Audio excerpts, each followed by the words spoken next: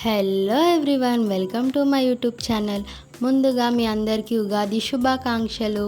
ఉగాది పండుగ అంటే అందరికీ గుర్తుకొచ్చేది ఉగాది పచ్చడి. 6 రుచులతో చేసే పచ్చడి ఆరోగ్యానికి చాలా మంచిది. ఇప్పుడు ఎలా చేయాలో చూసేద్దాం.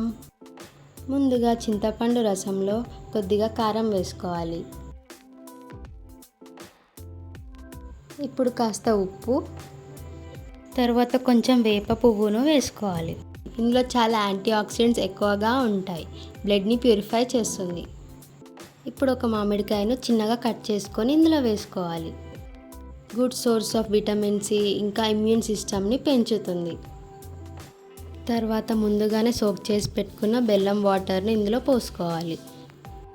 ఇందులో ఐరన్, మినరల్స్ చాలా ఎక్కువగా ఉంటాయి, బ్లడ్ని కూడా ప్యూరిఫై చేస్తుంది. మంచిగా 6 రుచులు కలిసేంత వరకు కలుపుకోవాలి.